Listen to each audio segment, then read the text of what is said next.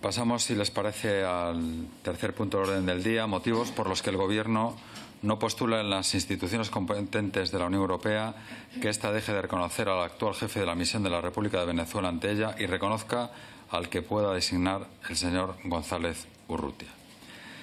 Pregunta formulada por el Grupo Parlamentario Vox. Tiene la palabra el señor Sánchez García para la formulación de la pregunta por un tiempo de intervención máximo de 7 minutos. Sí, gracias, señor presidente, con su venia. En esta cuestión del reconocimiento del señor González Urrutia como presidente electo de la República de Venezuela, el Gobierno, una vez más, reitera su actitud de ambivalencia totalmente inaceptable. Una ambivalencia calculada, una ambivalencia de nuevo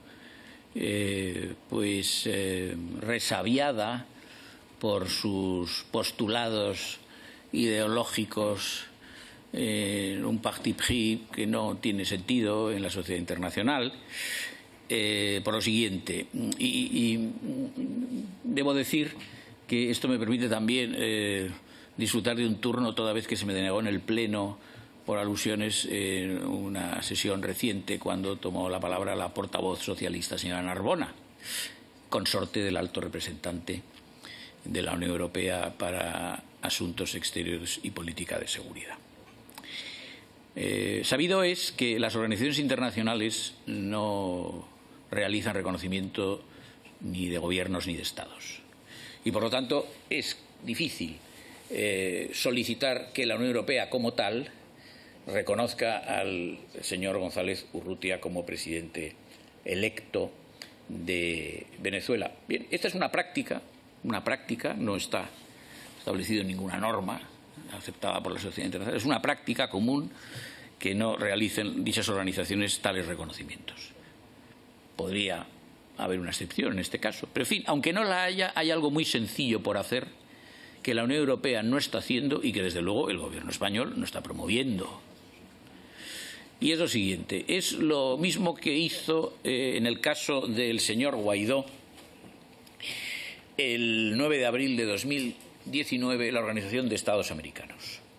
El señor Guaidó, como usted bien sabe, en 2019 fue elegido presidente de la Asamblea Nacional de Venezuela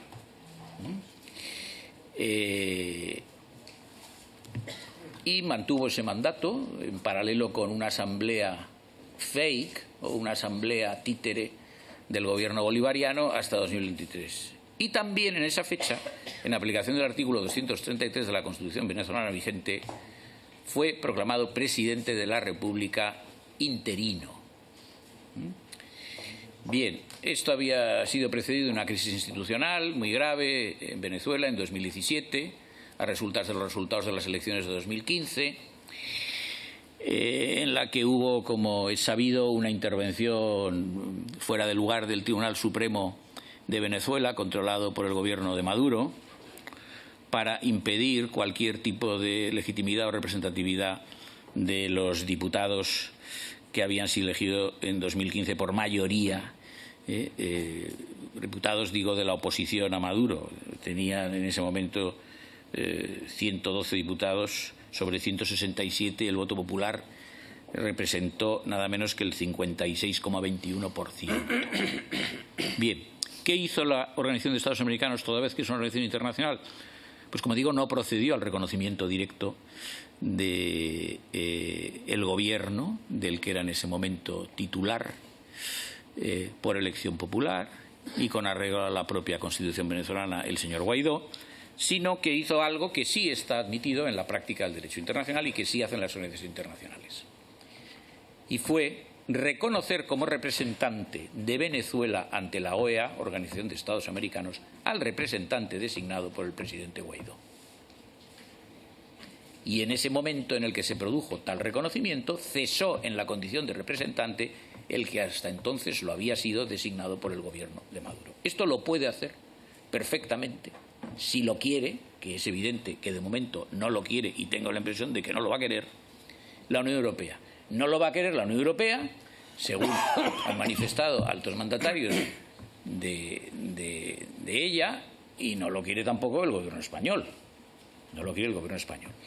Esto, además, en el caso de Guaidó supuso una situación que fue incluso puesta de manifiesto de un modo, a modo de llamada al escándalo por una connotada internacionalista, no precisamente afín a Vox, sino afín al Partido Socialista, como la profesora Mangas Martín, que dijo que había una contradicción.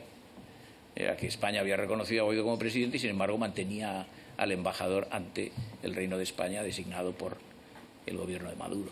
Dijo contradicción insólita en la práctica internacional. Bien, ahora podríamos evitar todo este tipo de situaciones insólitas, procediendo por la Unión Europea al reconocimiento del representante que pueda designar ante ella el señor González Urrutia, como digo, presidente electo de la República de Venezuela. Con mayor motivo, tanto por parte de la Unión Europea como por parte del Gobierno español, que así podía promoverlo en las instituciones europeas, después de un reconocimiento por el Parlamento español, por este Congreso, el día 11 de septiembre, por mayoría, un reconocimiento del señor González Urrutia como presidente electo de la República de Venezuela, reconocimiento que también tuvo lugar en el seno del Parlamento Europeo unos días más tarde, el 19 de septiembre, resolución muy dura en la que se contenía la expresión de crímenes contra la humanidad de Maduro. Bien, es inexplicable que la Unión Europea no actúe así y es inexplicable que el Gobierno español, habida cuenta de la relación que tiene con la República de Venezuela, que forma parte de la hispanidad, no promueva una decisión de esta naturaleza. La señora Narbona, en aquel pleno que yo evocaba antes, trató de resolver el problema o la omisión de la Unión Europea en términos competenciales, diciendo que, bueno, que eso era una competencia del Consejo de Asuntos Exteriores, que requería unanimidad. Bueno, esto no es cierto, esto no es un problema competencial, entre otras cosas porque probablemente la señora Narbona ignora los artículos 21.3, párrafo segundo, el artículo 22.2 y el artículo 31 del Tratado de la Unión Europea, en los que se habla de cooperación en decisiones tanto de la Comisión con el Consejo como con el alto representante, insisto, marido de la señora Narbona, que no debe intervenir en ese pleno, me parece a mí, una cosa de mal gusto, pero en fin, lo hizo, sin pestañear y con el alto representante. No solamente la Comisión, los Estados miembros pueden hacerlo por iniciativa propia, unilateral. Pero aquí no hay nada de estas características por parte del Gobierno español. Esta actitud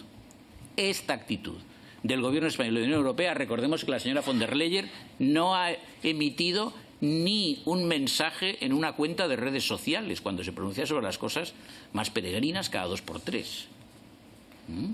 Señor Sánchez. Esta situación es de nuevo inadmisible desde un punto de vista político, moral y legal. Nada más. Gracias.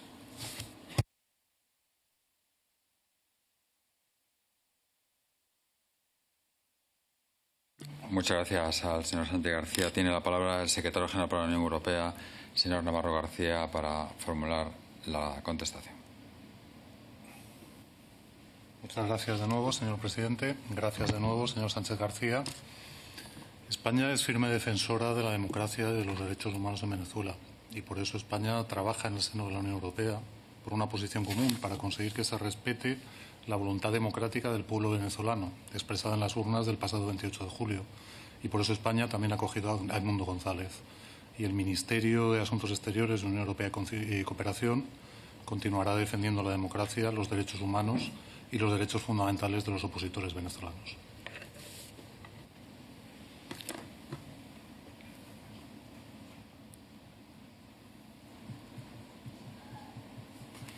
Muchas gracias al secretario general para la Unión Europea. Tiene la palabra el señor Sánchez García para formular la réplica. Pues si fuera así, si fuese cierto que España promueve los derechos humanos y los defiende en todo el mundo y también en Venezuela, no actuaría el Gobierno español como lo hace. Esto lo sabe usted igual o mejor que yo. Comprendo que usted comparece como alto cargo del Gobierno español y me dice lo contrario, pero usted no se lo cree esto. Esto es imposible que se lo crea. Más allá de lo que pueda ser una diplomacia malentendida, delineada por este señor que tenemos en el Ministerio, que es el señor Álvarez, que, en fin, todas sus actuaciones están caracterizadas por la más radical incompetencia.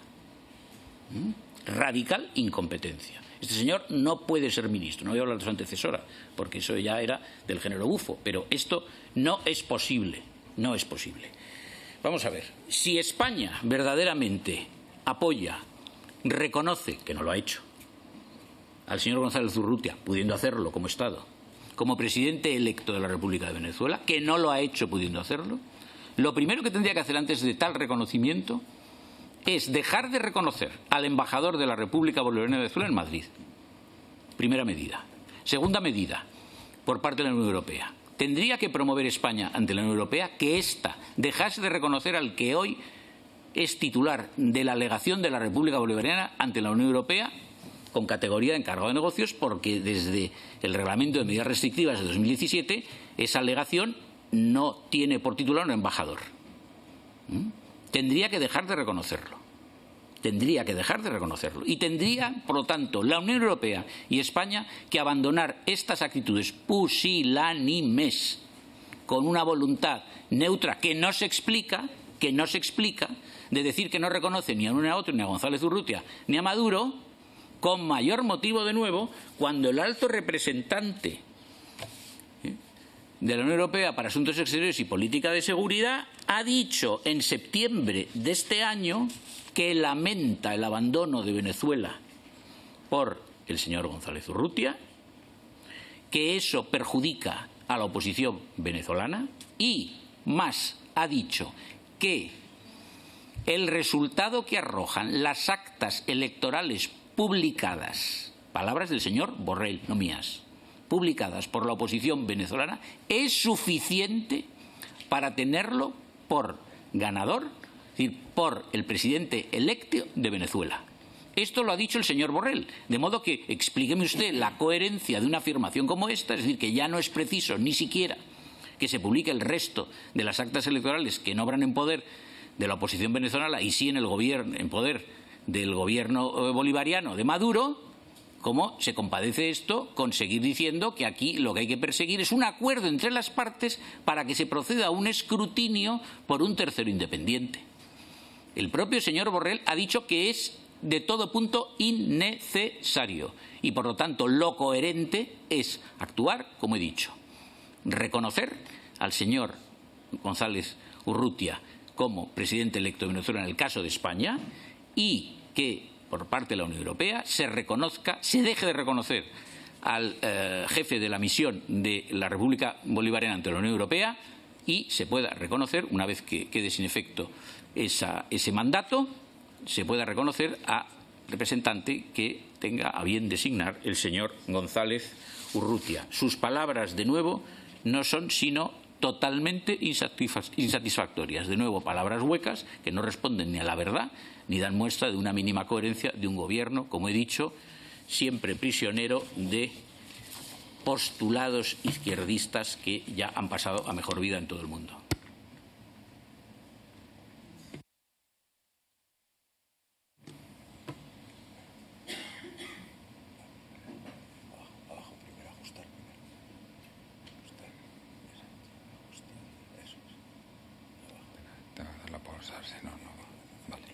Muchas gracias, señor Sánchez García. Tiene la palabra el secretario general para la Unión Europea, el señor Navarro García. Muchas gracias, señor presidente. Me vuelvo a remitir a mi intervención inicial. Gracias.